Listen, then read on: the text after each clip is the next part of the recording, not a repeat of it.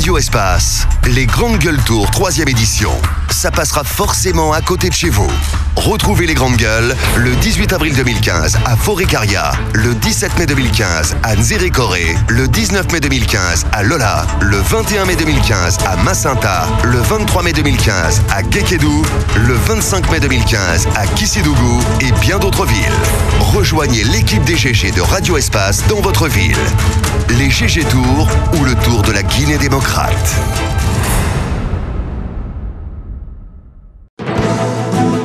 9h, 10h30 sur Radio Espace Guinée, retrouvez les Grandes Gueules ou le débat citoyen sur la radio d'opinion. Savoir et comprendre l'actualité. Espace TV, les Grandes Gueules, tout sur les dessus de l'actu. Ahmed Kamara, Zachary Milimono, Roby, Mohamed Djibril Kamara, Moussa Moïse Silla, Lamine Girassi forment les Grandes Gueules. Les Grandes Gueules. Tout sur les dessous de l'actu. Ici, l'actu rime avec liberté de ton sur Radio Espace. Bienvenue chez les GG, ce jeudi matin, mesdames et messieurs, 2h30, vous aider à mieux comprendre l'actualité. Ça se passe ici jusqu'à 11h30. Nous vous donnons l'essentiel de l'actualité avec vous, mesdames et messieurs. On s'intéresse à l'actu, la Guinée et sa longue crise politique. Nouvelle poussée de fièvre ce jeudi avec ce nouvel appel à manifester de l'opposition guinéenne. Et celle-ci a décidé de maintenir donc son mot d'ordre en dépit d'une invite du président Alpha Condé à son chef de file de l'opposition et des appels au dialogue venant des ambassadeurs de la CEDEAO et de la communauté internationale, rendant donc de discorde le calendrier électoral dont l'opposition exige toujours l'annulation. Et quelle lecture peut-on faire de la situation guinéenne? Quel schéma de sortie de crise?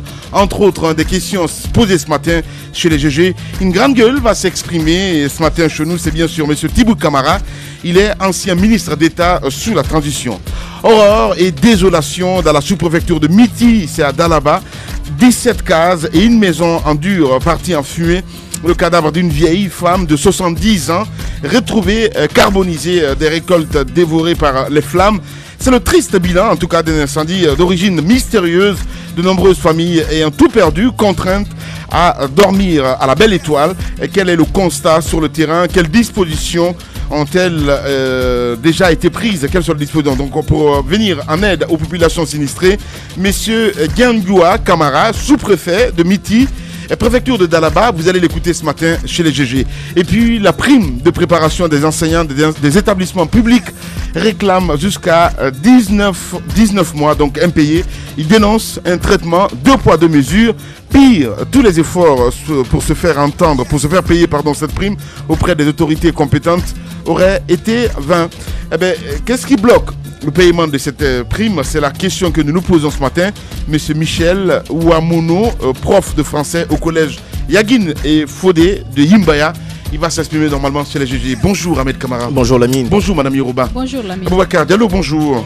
Voilà, allez, on s'intéresse à l'actualité. Bonjour Lamine, bonjour à tous. Voilà, on s'intéresse à l'actualité. On va revenir sur cette enquête Aboubacar Diallo. Oui, cette enquête qu'on va schématiser. EDG, Topage, Vine Holding, Kaor Guinée et ARMP. ARMP, c'est l'autorité de régulation des marchés publics. Finalement, chacun gagne combien? Oui, donc c'est un ensemble de sigles. Il faut dire que il y a une décision qui est tombée à la date du 29 avril 2015. C'est la décision numéro 001 donc de cette nouvelle institution qui est venue compléter l'armature institutionnelle de l'État en matière de régulation des marchés publics, qui s'appelle l'autorité de régulation des marchés publics, qui a à sa tête, vous rappelez, M. Guillaume Curtis, qui a été éjecté du côté du ministère des Mines. Ouais. Alors, c'est donc la toute première décision de cette institution dans le cadre d'une affaire, d'un cas de tort, d'un cas d'injustice, donc qui a été porté devant elle par une société qui se sent victime de ce cas d'injustice qui s'appelle Kaor Guinée. Donc c'est une entreprise française, c'est le démembrement guinéen d'une entreprise française qui a une expertise dans le cadre du courant de moindre tension. Alors, cette décision vient annuler un marché que moi j'appelle un marché de dupes que EDG avait passé avec une société du nom de Topage Guinée et à travers sa filiale installée du côté de Singapour qui s'appelle Vine Holding. Parce que quand on a ébruité l'affaire, quand on a dit que EDG était en train de passer une commande publique de 300 transformateurs à Topage, quand on a fait ces révélations dans nos émissions, eh bien, du côté d'EDG, on a crié un peu au scandale, on a pensé que nous étions allés trop vite en besogne et qu'on racontait des hérésies. Eh bien, c'est tout à fait le contraire, parce qu'aujourd'hui, nous sommes confortés dans notre position et avec cette décision qui a été rendue publique par l'autorité de régulation des marchés publics. Donc ça a été annulé. Oui, le marché a été annulé. Là, à l'époque, on s'est rendu à EDG, on a eu une séance de travail, de confrontation avec le directeur général, M. Morikaba, et entouré de tous ses cadres. Et donc, il ne semblait pas comprendre. Il avait invoqué des arguments que j'ai retrouvés dans la décision. Urgence, parce que il y a Caleta qui doit être, dont l'électricité doit être mise en réseau. Donc, il faut aller commander très vite 300 transformateurs, aussi bien pour Conakry et pour des villes de l'intérieur. Et il a invoqué aussi un accord cadre, un accord cadre entre EDG et Topage, qui donnerait la possibilité à EDG de passer des commandes sans se soumettre à la procédure en matière de passation des marchés publics. Eh bien, tous ces arguments ont été battus en brèche, parce que finalement, l'autorité de régulation des marchés publics a fait le constat que aucune règle en matière de passation des marchés publics n'a été respectée. Nous avions dénoncé à l'époque, c'était un contrat, c'était un marché de gré à gré d'une valeur de près de 3 millions de dollars américains. Et on avait dit que c'était pas possible.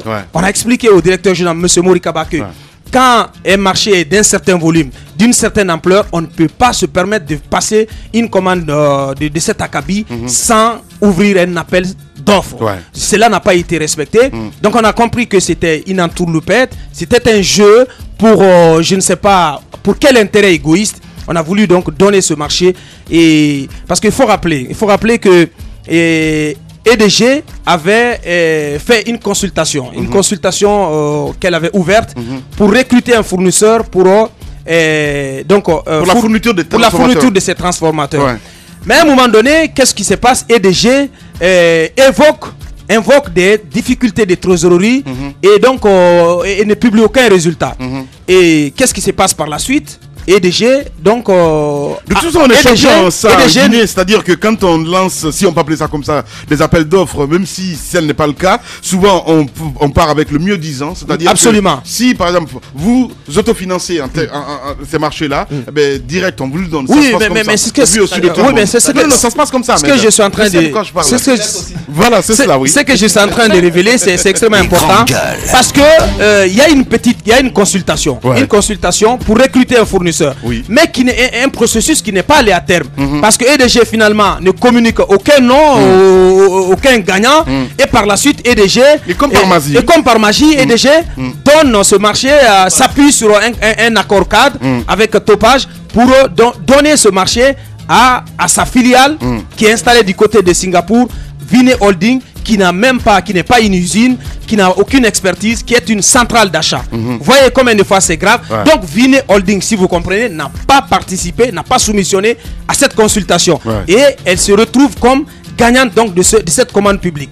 C'est ce qui a choqué donc les soumissionnaires, un des soumissionnaires qui est Kaor Guinée, qui a donc porté l'affaire devant l'autorité de régulation des marchés publics, qui a tranché. Je rappelais rapidement les arguments qui ont été développés par Kaor Guinée pour donc soutenir son recours. Kaor Guinée a insisté pour demander l'annulation donc de ce marché pour des raisons suivantes. Kaor Guinée estime que c'est un marché qui est passé entre EDG et Topage sans mise en concurrence de toutes les entreprises potentielles. Donc cela n'a pas été fait. Kaor Guinée pense que c'est un marché basé sur le préfinancement de Topaz et exécuté par Vine Holding installé à Singapour, donc une société qui n'a pas participé à la consultation. Et pire, Kaor Guinée estime que les documents techniques et comptables du marché sont identiques à ceux qu'elle a fournis à Topage, parce que nous avions rappelé à l'époque que Topage avait tenté de commander, était venu voir Kaor, se présentant comme un client qui voulait commander des transformateurs.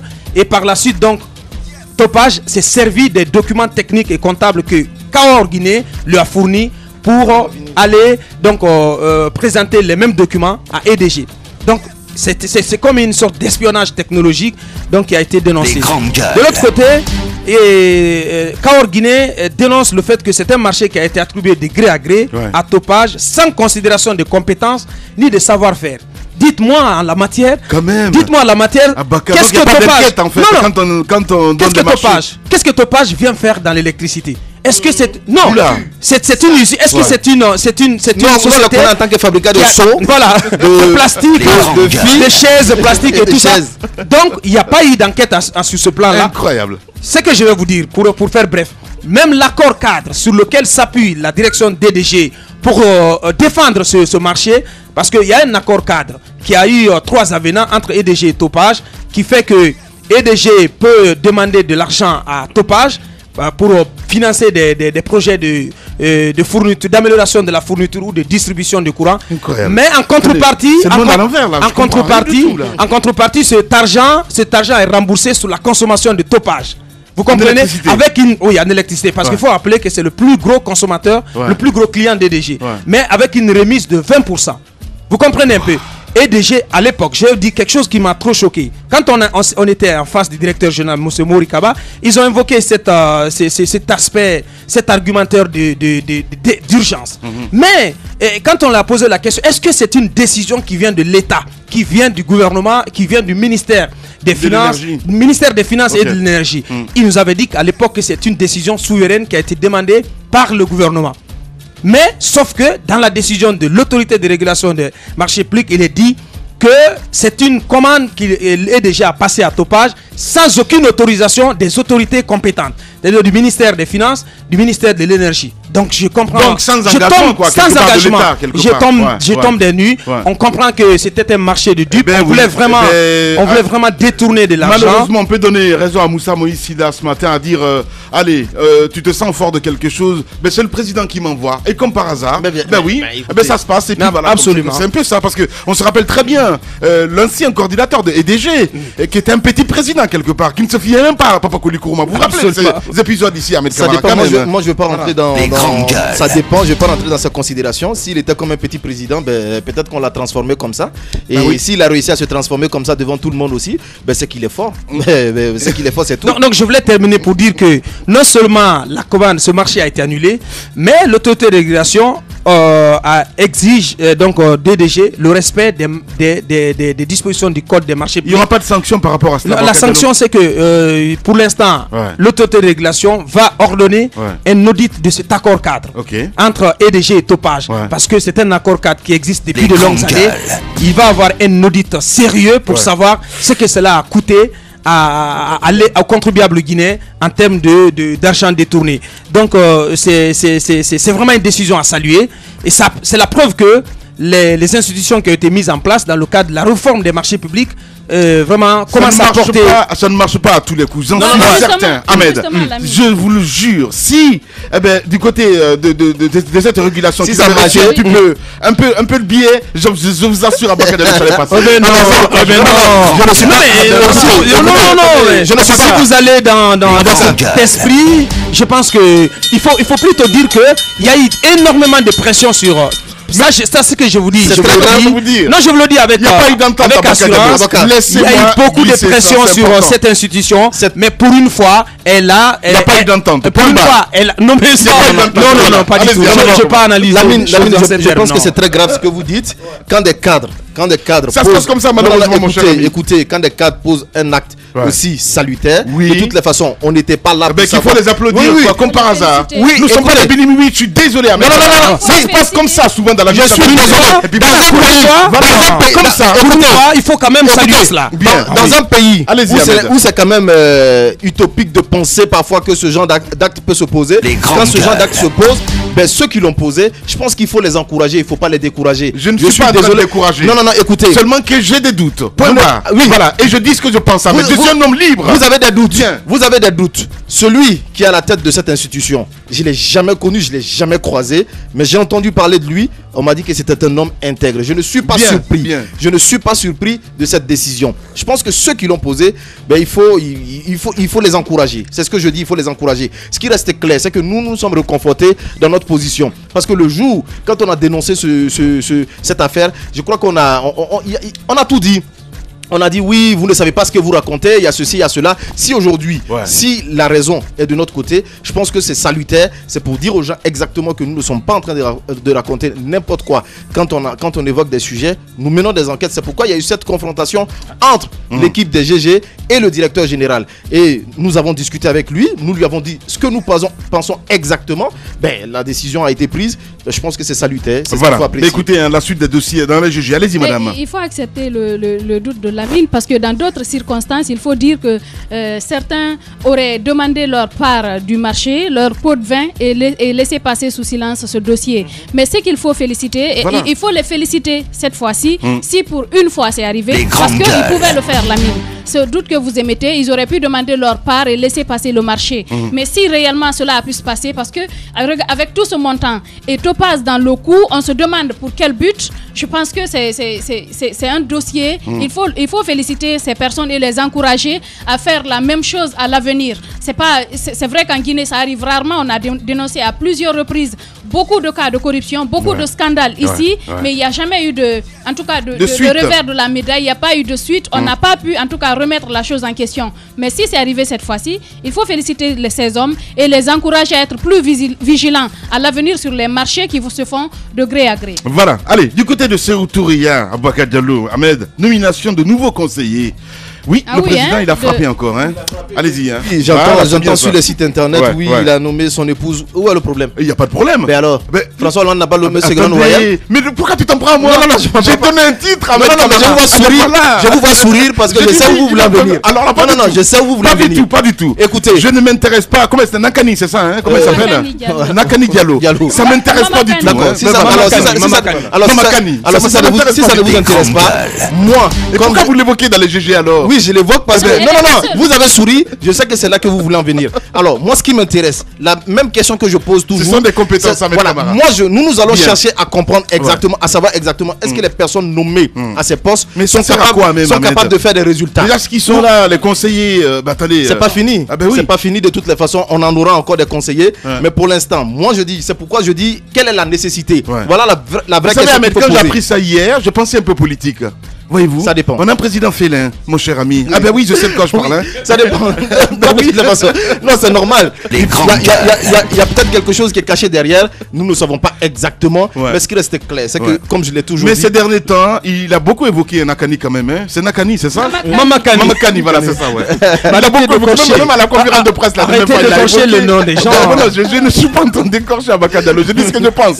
Voilà. S'il l'a évoqué la dernière fois, quand il était en exil, je ne sais pas où exactement, du côté du Sénégal. Oui, je pense qu'il avait dit ça à la conférence de presse la dernière fois. C'est par rapport au fait que les gens parlent trop d'ethnocentrisme et tout. Il a dit que sa première femme, en tout cas l'une de ses femmes, est Peul. Voilà, donc c'est par rapport à cela qu'il a évoqué ce sujet. Voilà. Justement. Et autre nomination peut-être? Non, mais je pense que ce qu'il faut regretter, c'est le fait que finalement on aura tout le monde auprès d'Alpha Condé. C'est ce pléthore qu'il faut regretter, hein, parce que Moussa Yoro certainement a la liste de ceux qui ont été nommés, mais combien de conseillers finalement vont se retrouver auprès du chef de l'État?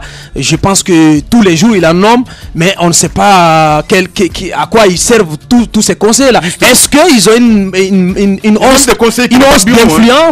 d'influence sur lui, et des conseillers chargés de mission, des conseillers on en voit tous les jours. Franchement, c'est le grand garage. C'est là où vraiment, quand on veut se débarrasser de quelqu'un, c'est dégoûtant. Hein. Ce qui est bizarre un petit peu à Bakadalo, c'est qu'il n'y a pas de contrôle là-dessus. Quand je dis le contrôle, c'est-à-dire à un moment donné, on peut demander à l'État aussi des comptes. Voyez-vous ce que je veux dire? Il y a combien de ministres aujourd'hui en Guinée? Parce que même ces gens-là, je prends le cas de Rachid Ndiaye par exemple, qui est au même rang comme ministre. Effectivement. Par exemple. Combien de ministres nous avons aujourd'hui? Ça, il faut le signaler. Je pense qu'il y a tout un gouvernement à la présidence. Non, c'est plus qu'un gouvernement. On a assez de problèmes dans ce pays. C'est un peu compliqué. On a assez de problèmes. On ne peut pas continuer à nommer des conseillers avec rang de ministre. Ça fait assez de charges pour l'État. Qui sont payés par l'État. Oui, qui sont payés par l'État. Je pense qu'on a des problèmes. Et le salaire minimum, c'est combien? C'est pas 15 millions? 15 millions. 15 millions. Il faut réduire. Oui, sans oublier tous les autres avantages. Oui, les carburants, les véhicules 4x4 que l'État donne à toutes ces personnes. Je pense que c'est assez budgétivore. Ce n'est pas normal. normal. Ce n'est pas normal. Le président devait en ce moment revoir à côté de lui. Je pense qu'au niveau de la présidence, il faut désengorger carrément. Comme Aboubakar l'a dit, c'est devenu pratiquement le grand garage. Quand les gens sont fatigués ou on a envie de récompenser, on n'a pas de poste où les projeter. On crée un poste au niveau de la présidence et on dit non, ministre conseiller. Ça ne peut pas marcher. Ça fait assez d'argent qu'on dépense pour entretenir ces personnes.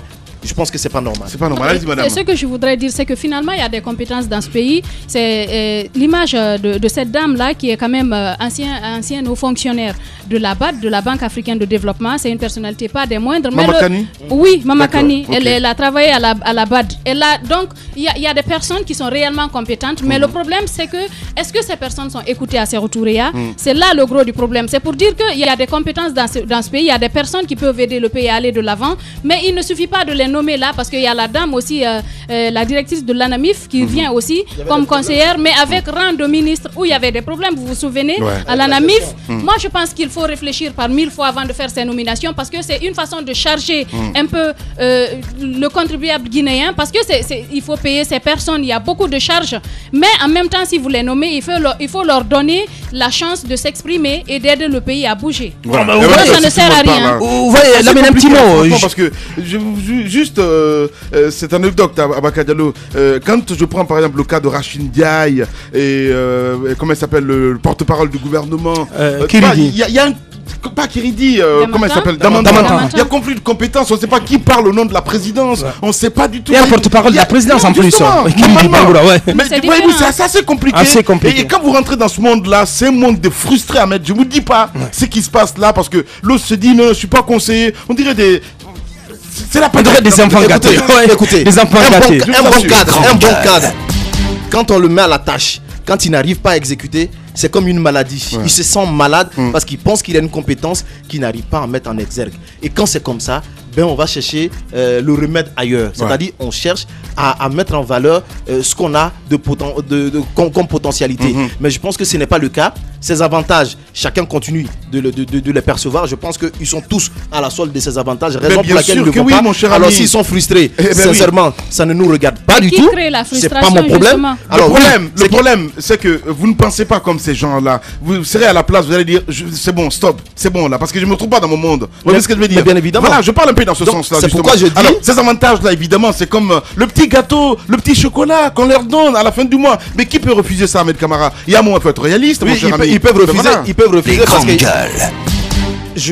On m'a expliqué le cas d'un jeune qui a étudié aux États-Unis, qui est venu, à qui une grande société de la place a proposé $15,000. Il a refusé. Quand je vous dis ça, vous allez dire mais $15,000. Mais parce qu'il fait confiance à ses compétences. C'est comme ça. Voilà. Il est parti, il a dit non, je ne prends pas les 15,000, je veux plus que ça. Je pense que c'est comme ça. Alors ces cadres qui sont là-bas, alors qu'ils nous disent pas qu'ils sont frustrés, s'ils sont là-bas et qu'ils n'arrivent pas à mettre en exergue ce qu'ils sont en train de faire, quitte à aller ailleurs pour aller les mettre en exergue. Allez, on y va avec cette autre invitation. Hier, à la dernière heure, donc on a appris Adianantou Chérif à son tour aussi d'être invité à Sékou-Touré par le président Condé.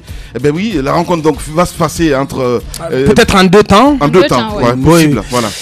On se pose la question quelle était vraiment l'opportunité d'inviter aussi Adianantou Chérif. Moi je pose la question. Je pose la question, c'est extrêmement important. Écoutez-moi. Pourquoi je pose la question? Adianantou Chérif, elle est la coordinatrice nationale du RPG Arc-en-Ciel. À ce que je sache, je sais bien que vous m'opposerez le fait que la mouvance présidentielle est partie prenante au processus électoral. Oui. Vous m'opposerez aussi le fait que donc la mouvance présidentielle est un des acteurs clés avec lequel on ne peut pas bâtir un dialogue, sans lequel on ne peut pas bâtir un dialogue. Mais ce que je veux dire, je pense que le chef de l'État a pris une bonne initiative en adressant une invitation directement au chef de file de l'opposition. Tout le monde a salué cela. Nous avons écouté M. Aboubakar Sylla hier sur cette antenne. Mais il ne faut pas faire une bonne chose et derrière après vouloir la gâcher. Moi, je pense que c'était pour équilibrer les choses. Non, pas du tout. À mon avis, il faut mettre les acteurs les vrais acteurs en face. À mon avis, la crise, c'est entre le pouvoir en place et l'opposition. Je pense que La mouvance présidentielle, à ce que je sache, n'a jamais dit qu'elle n'était pas d'accord avec le calendrier. Elle n'a jamais dit qu'elle réclamait le gel des activités de la CENI. Le problème, fondamentalement, c'est entre l'opposition et le pouvoir en place. Et moi, je pense que c'est... À mon avis, ça ne sert à rien, ça ne rime à rien d'inviter Adjana Touchef. Je vous le dis, les yeux dans les yeux, ça ne servira à rien. Ça peut même émousser les ardeurs du côté de l'opposition. L'opposition peut prendre ça comme une sorte de provocation pour finalement mettre tout à l'eau. Il faut faire très attention. Je ne sais pas, comment cela a été reçu. C'est ma lecture, mais je ne sais pas comment ça a été reçu au niveau de l'opposition. Mais il faut faire très attention. Allez-y, Madame Yoruba.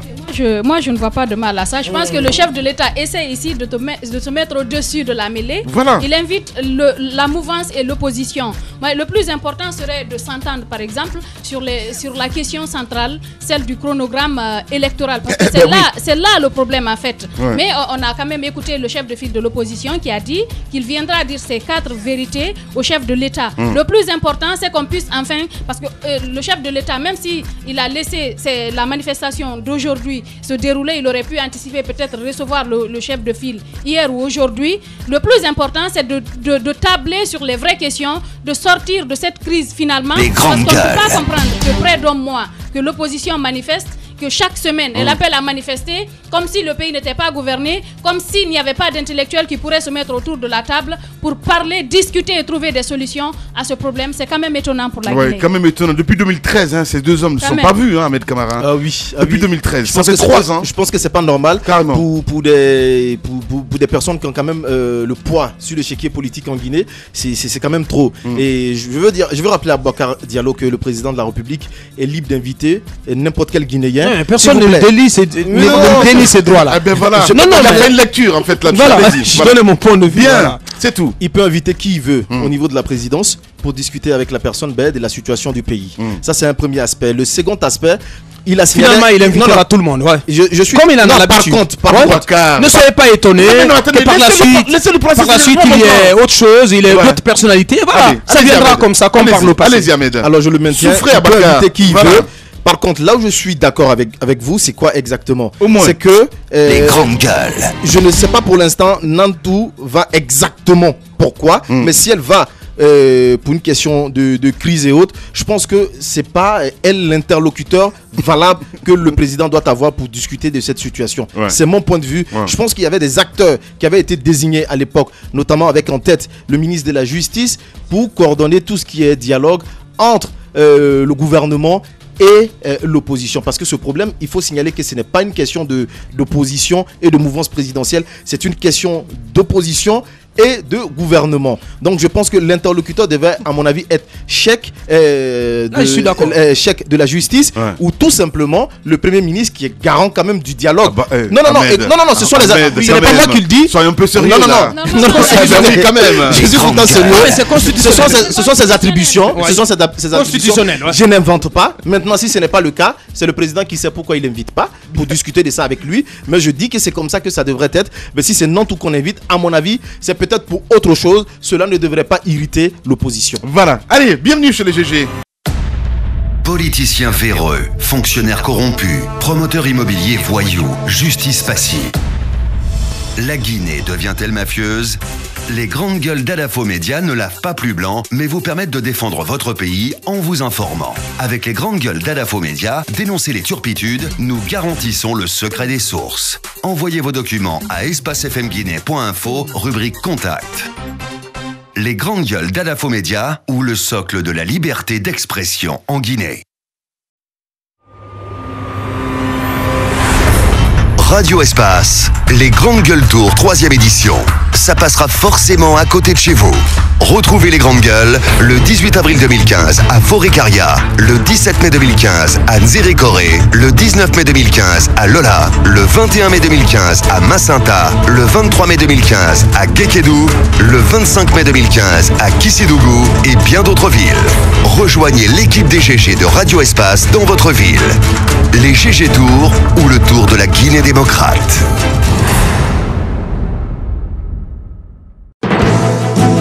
9h, 10h30 sur Radio Espace Guinée, retrouvez les Grandes Gueules ou le débat citoyen sur la radio d'opinion. Savoir et comprendre l'actualité. grandes gueules. Tout sur les dessous de l'actu. Ici, l'actu rime avec liberté de ton sur Radio Espace. Voilà, on va revenir dans la deuxième partie de l'émission, mesdames et messieurs, avec Thibou Camara, ancien ministre d'État sous la transition, donc il va s'exprimer ce matin chez nous. Et en ce qui concerne cette marche, évidemment, nos envoyés spéciaux sur le terrain, nous allons essayer de prendre le pouls là-dessus. Dixine, une des 5 communes de la capitale, confrontée à d'énormes difficultés d'approvisionnement en eau et en courant électrique domestique, donc notamment. Et ce matin, notre invité, en tout cas en ce qui concerne notre série, c'est M. Aboubacar Souma, député nominal de Dixine, élu sous la bannière de l'UFDG, qui sera dans ce studio. Horreur et désolation dans la sous-préfecture de Miti, c'est à Dalaba. 17 cases et une maison en dur, partie en fumée.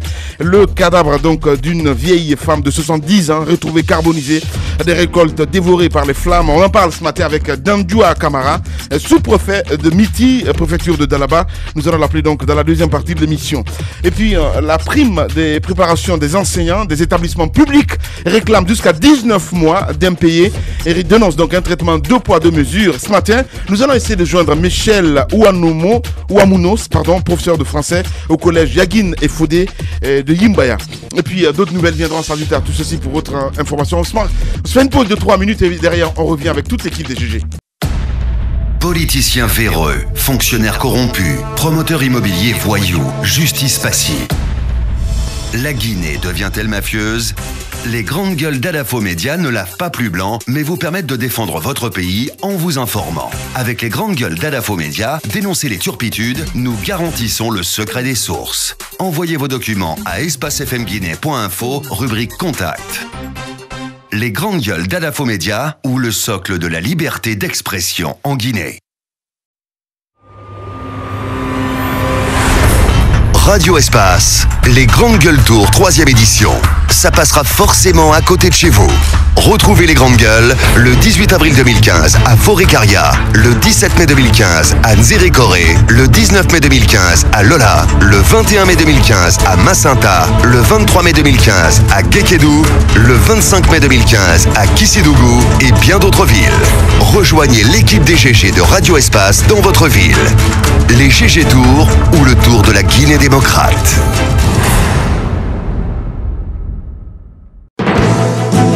9h, 10h30 sur Radio Espace Guinée, retrouvez les Grandes Gueules ou le débat citoyen sur la radio d'opinion. Savoir et comprendre l'actualité. Les Grandes Gueules. Tout sur les dessous de l'actu. Ici, l'actu rime avec liberté de ton sur Radio Espace. Voilà, continuez à réagir. Beaucoup de messages. GGO 8037, merci de votre fidélité. Si vous êtes du côté du Sénégal, le site de la radio à votre disposition. Direction Miti, du côté de Dalaba, dans la sous-préfecture de Dalaba, donc dans la sous-préfecture de Miti. C'est donc à Dalaba, un chiffre 17 cases et une maison en dur, partie en fumée. Prince, on va essayer de partir de ce côté d'où nous attend Dandoua Kamara. Il est donc le sous-préfet de Miti, préfecture de Dalaba, Abakadalo. Qu'est-ce qui se passe de ce côté? On apprend que ce sont des feux mystérieux. Vous savez que ce n'est pas mystérieux. Dalaba n'est pas sa première. Dalaba n'est pas sa première. Vous vous rappelez, l'année dernière, il y a eu de nombreux villages, de nombreuses localités qui ont été ravagées par ces feux qu'on dit feux mystérieux. Ahmed, certainement, lui, là, il en a une explication. Mais pour l'instant, on nous dit que ce sont des feux mystérieux dont l'origine donc n'est pas connue. Et donc, ces feux se sont déclarés depuis le 1er mai. Donc, cela fait une semaine que ces feux ont commencé à ravager, à faire des ravages dans la sous-préfecture de Miti à Bindi. Donc aujourd'hui, on nous fait l'état des lieux avec un bilan de 17 cases brûlées et une maison en dur. Et surtout, ce qu'il faut regretter, c'est cette vieille dame dont le corps a été retrouvé totalement carbonisé. Voilà. Allez, nous avons en direct donc dans cette émission Dandoua Kamara, sous-préfet de Miti. Les Grandes Gueules. Bonjour, monsieur Kamara. Oui, bonjour, monsieur. Bienvenue chez les Grandes Gueules. Alors, on parle de ce feu qu'on qualifie de mystérieux pour le citoyen lambda qui ravage donc cette sous-préfecture depuis un bout de temps, depuis une semaine déjà. Dites-nous comment cela a commencé. Bon, pratiquement, c'est le vendredi 1er mai 2015, après la prière du vendredi, que le feu a été enregistré à Niakara, dans le district de Bindi, sous-préfecture de Miti, préfecture de Dalaba. Bindi est situé à 32 km de la sous-préfecture au nord-est. C'est un fait mystérieux. Hein. Ouais. Bon. En quoi il est mystérieux, M. Camara? Justement. Il n'y a aucune explication? Parce qu'on ne sait pas l'origine. Il n'est d'origine de personne. Mais comment il s'est déclaré? D'où est parti ce feu, M. Camara? Bon, le feu sort de la case, sort de l'intérieur même de la case. Bien. Donc, puisque la plupart des cases, il n'y avait personne dans la case, le feu est sorti comme ça. Donc, on ne peut pas dire que c'est un feu venu d'une personne. D'accord. Alors, M. Diandio, est-ce qu'on peut dire en ce moment que c'est la panique et personne ne sait quand est-ce que le prochain feu mystérieux va se déclarer?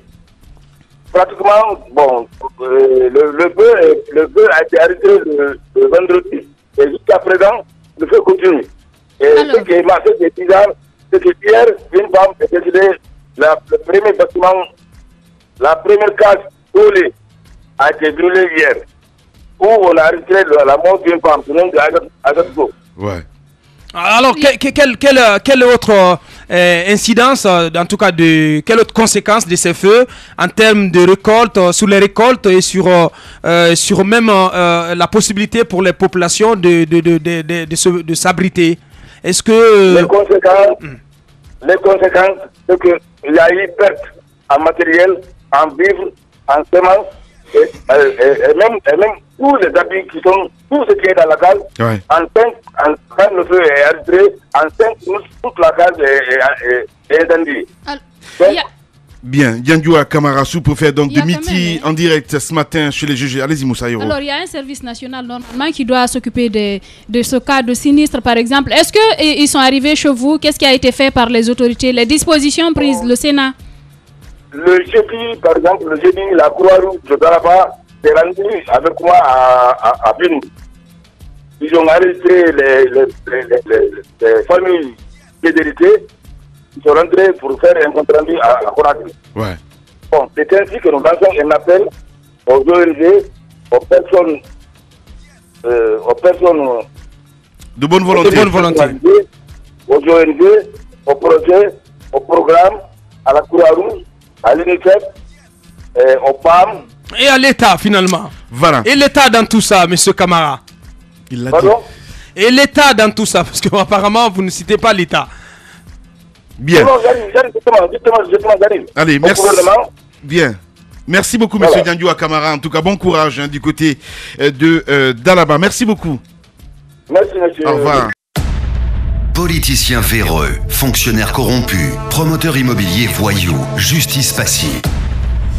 La Guinée devient-elle mafieuse?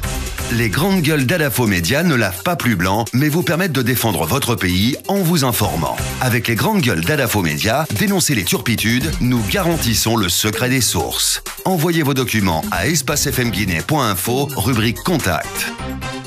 Les grandes gueules d'Adafo Média ou le socle de la liberté d'expression en Guinée. Radio Espace, les Grandes Gueules Tour 3e édition. Ça passera forcément à côté de chez vous. Retrouvez les Grandes Gueules le 18 avril 2015 à Forêt-Caria, le 17 mai 2015 à Nzérékoré, le 19 mai 2015 à Lola, le 21 mai 2015 à Massinta, le 23 mai 2015 à Guékédou, le 25 mai 2015 à Kissidougou et bien d'autres villes. Rejoignez l'équipe des GG de Radio Espace dans votre ville. Les GG Tours ou le Tour de la Guinée démocrate.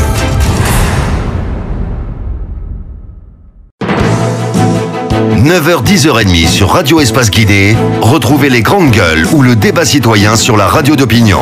Savoir et comprendre l'actualité. Les Grandes Gueules. Tout sur les dessous de l'actu. Ici, l'actu rime avec liberté de ton sur Radio Espace.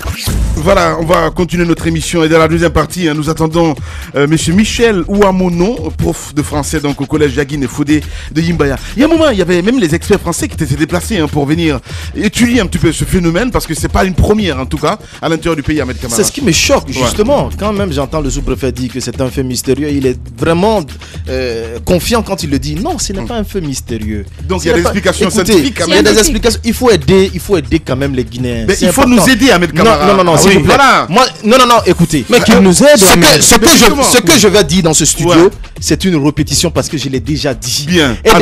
C'est toujours important de répéter aux auditeurs, Ahmed Kamara. Moi, je ne rappelle pas aux auditeurs parce que je vais rappeler plus tard. Vous allez nous ressortir.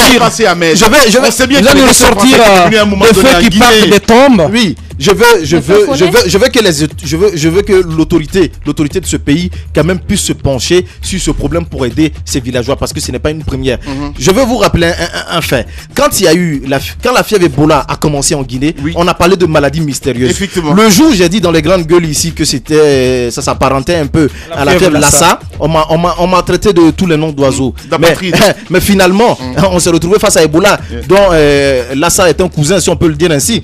Donc voilà, oui, pratiquement parce que ce sont les mêmes maladies. On avait du mal à déterminer si c'était Ebola même ou si c'était Lassa. On était finalement étonné de voir que c'était Ebola. Alors ce cas-là, je l'ai rappelé. C'est une question de phosphore. Quand le degré de phosphore est élevé dans un endroit, en contact avec l'oxygène, ça crée le feu. D'accord. Il faut mener des enquêtes pour savoir exactement. Mais pourquoi toujours dans là-bas? Oui, mais justement, je me pose une question parce que c'est l'expert qui parle. Pourquoi toujours dans là-bas? C'est pourquoi je dis qu'il faut mener des enquêtes pour voir exactement. Pourquoi cette concentration? Voilà, pourquoi? Non, c'est pas forcément dû au climat.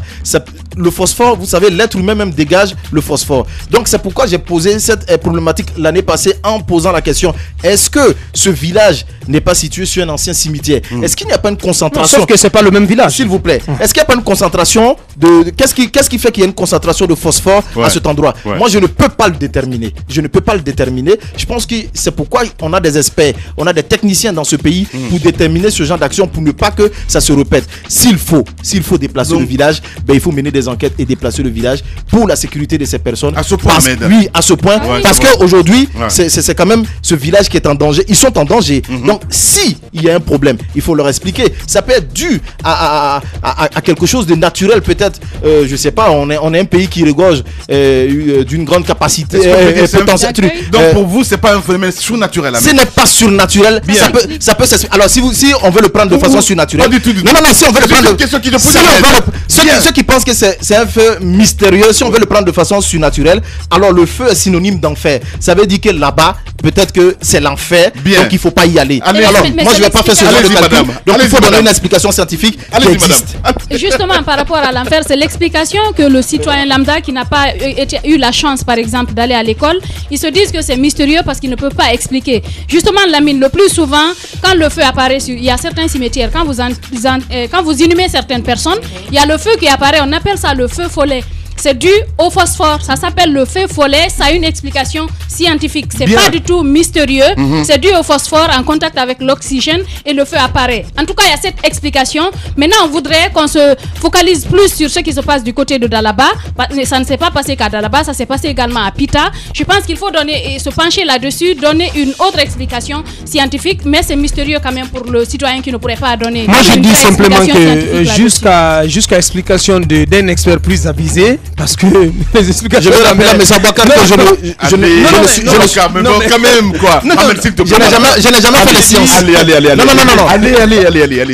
Je suis un homme de lettres. Pour l'instant. Si je me permets d'analyser de la sorte, c'est que j'ai demandé. Pour l'instant, je continue de croire comme les citoyens, les gens du bled, que c'est des feux mystérieux.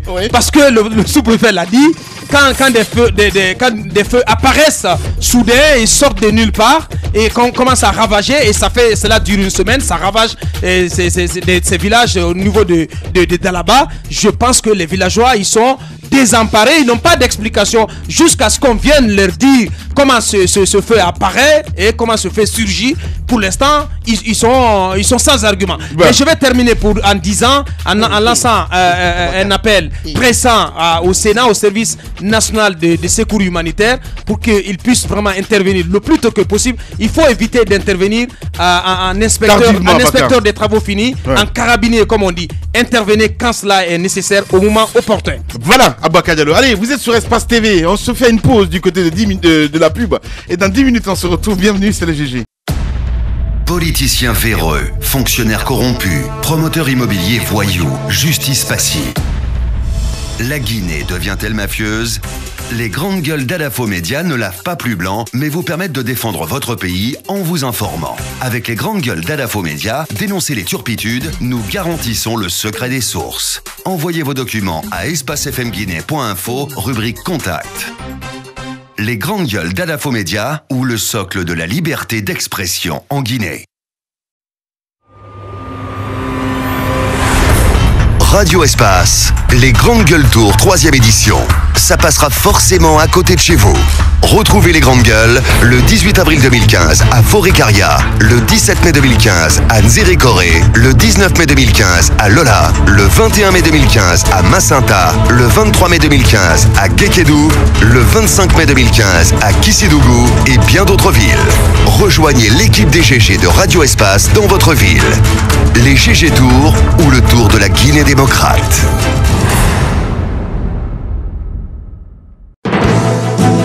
9h, 10h30 sur Radio Espace Guinée, retrouvez les Grandes Gueules ou le débat citoyen sur la radio d'opinion. Savoir et comprendre l'actualité.